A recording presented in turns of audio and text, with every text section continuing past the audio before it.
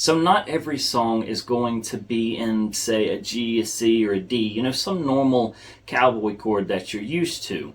What I want to show you today is 3 easy ways, fairly easy ways, to be able to play in any key that you want and play the 1, 4, and 5. So play the most common chords in any song. So this will help you not only be able to move around the neck, but it's also going to be able to help you find the chords to a song if that's what you're searching for. Now, the most common way is probably to use a bar chord. So if you're trying to play in a bar chord, what that is making an E shape, and you're going to lay your finger across, and this is a movable chord anywhere around the guitar neck. So let's say I wanted to play in, say, something like A. So what I'm going to do is I'm going to find my A note on my E string that happens to be right here on the 5th fret, and I'm going to make this bar chord, and now I'm playing an A chord. In order to get to my 4 chord, or in this case my D chord, all I'm going to do is just lay my finger flat. So now I'm playing this chord, and this is my 4 chord. So I've got my 1 chord, my 4 chord, and you can take any 4 chord shape, move it 2 frets this way, and now you get the 5 chords. So what I'm going to do is move it 1, 2 frets, and now I'm playing my 5 chord, or this is also an E chord. So I've got an A chord, a D chord, and an E chord. My 1, my 4, and my 5. And this allows you to play in the key of A up here around this part of the neck. Now there's obviously more ways to play these chords in this position, but this is sort of the most common way that I see people playing in this bar chord shape. Now let's say I wanted to play in some strange key like A flat. Even if you don't think you know how to make an A flat chord, or play in the key of A flat, if you can make this chord shape, this bar chord shape, and you know where your 1, 4, and 5 are, then you can play in any key. So I need to find A flat. This is A, so I want to move it this way 1 fret. Now I'm playing an A flat. In order to play my 4 chord or my D flat, I'm going to lay my finger flat. This would be a D flat chord. And then I need to go to my 5 chord, which would be E flat, and I'm just going to move this up 2 frets, and now I've got my E flat chord, and then I can go back to A flat. So this bar chord shape really does allow you to play anywhere around the neck in any key that you want. Now, one drawback to this bar chord shape, if you're like me and you've got wrist problems, then holding this shape might hurt. So there is another way to do this, and this is still part of this bar chord shape, this E shape, but we're going to make it in an F shape instead. So instead of laying our finger all the way across, we're going to make it in this F shape. Now, one thing to keep in mind as you're moving around the neck is that you can't play these open strings. So these bottom 2 strings that I'm not holding in this F shape, I'm not going to play those. But playing right here makes an A flat, so my F chord shape. If I lay my finger flat, still only playing the ones I'm holding down. Remember, not putting my finger all the way across like I normally would. This would make our D flat or our 4 chord, and then move this 2 frets up. We get our 5 chord or our E flat. So this is still the bar chord shape idea, but if you've got wrist problems, you can play it in this F shape, and it might be a little easier for you. Just remember that you can't play all the strings if you're doing this F shape. Only play the ones that you're holding down. Now, the second most common way to play all around the neck would be to play in your A chord shape. So come down here, lay your finger flat, and we get an A chord.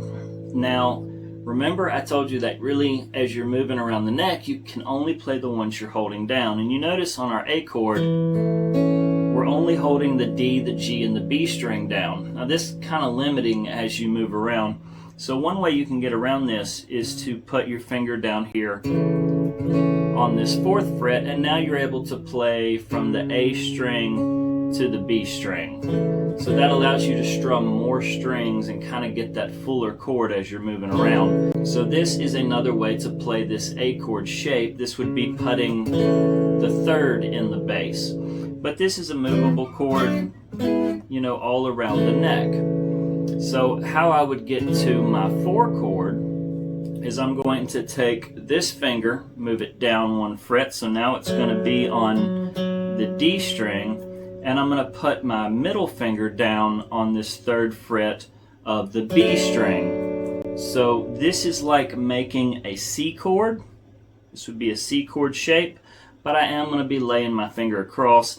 Generally, I don't make this C chord shape because, again, if you've got wrist problems, this makes you lay your finger all the way across. Instead, I'm just going to sort of make part of this C chord shape or this D chord shape, however you want to look at it. But remember, I'm only playing the strings that I'm holding down. This makes my 4 chord. So I had a 1 chord, which is an A chord shape. Move my finger down, put this finger, my middle finger down. Now I'm playing the 4 chord, and as with any 4 chord, if you move it 2 frets this way, just like we did with the bar chord shape, 1, 2. Now I can get my 5 chord, and then back to my 1. So I can play my 1 chord, an A, my 4 chord is a D chord, move it up 2 frets, and I get my E chord or my 5 chord, and then back to my 1 chord. And again, this is movable anywhere around the neck. So let's say I wanted to play in something strange like E flat. Okay, what I need to do is I need to find my E flat chord. So if you're laying your finger across playing an A chord shape, then you can follow the dots on the G string. So on this dot on the 5th fret would be a C chord, the next dot would be a D chord, the next dot would be an E chord. Now I'm looking for E flat, so that means I need to find my E chord, and I need to go this way 1 fret. So this right here, remember I'm going to put my finger here on the A string so that I can play more of those strings and get a fuller chord. This is my E flat chord. So if you didn't think you knew how to play an E flat, now you do. It's just this A chord shape moved up here to the 8th fret. Now in order to play my 4 chord, I'm going to move this finger down 1 string. So now I'm on the D string. I'm going to put my middle finger down on the B string. And now I'm playing my 4 chord or my A flat. And then in order to play the 5 chord, I can move this way 2 frets, 1, 2, and then back to my 1 chord. So this was an E flat, my 1 chord. This was an A flat, my 4 chord. Move it up 2 frets. I get a B flat, that's my 5 chord. And then back to my E flat or my 1 chord. So this again allows you to kind of move anywhere around the neck and play in any key. Now, as with any of these, there is other ways to make your 5 chord.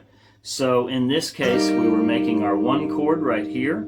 Move this finger down, put our middle finger down on the B string. Now we get our 4 chord. And in order to make our 5 chord, again, we can move up this way 2 frets, but we can also go down 2 frets and make our bar chord shape or our F chord shape. And this can be our 5 chord. And then back to the 1. So our 1 chord, our 4 chord, our 5 chord, bar chord or the F shape, and then back to our 1 chord. Now the last way to make a movable chord shape and play in any key that I want to show you is in a D chord shape. Now one of the reasons why this might get used a little bit less than the others, although I use it quite often, is because remember, as we move this around the neck, you can only play the strings you're holding down, and in this case we're only holding 3 of these strings down. So you got to be kind of careful as you're moving this shape around, although in a second I'm going to show you how to play this in a little fuller chord shape. But this is still movable. So let's do it in the key of A like we did the other examples. And so in order to do that, I need to find my root note on the B string. So this would be a D. Move it up 2 frets, I get an E. 1 more fret, I get an F. 2 more, I get a G. And 2 more, I get an A. So when your ring finger's on the 10th fret, this is an A chord. Remember, I'm only playing the 3 strings that I'm holding down. So this is going to be my 1 chord. In order to play my 4 chord, I need to come up 1 fret and make this bar chord shape or this F chord shape, both the same thing. Come back to my 1 chord, and in order to play my 5 chord, I'm just going to lay my finger flat to make this A chord shape. Remember, I can make this fuller by putting my ring finger on the A string and then back to my 1 chord.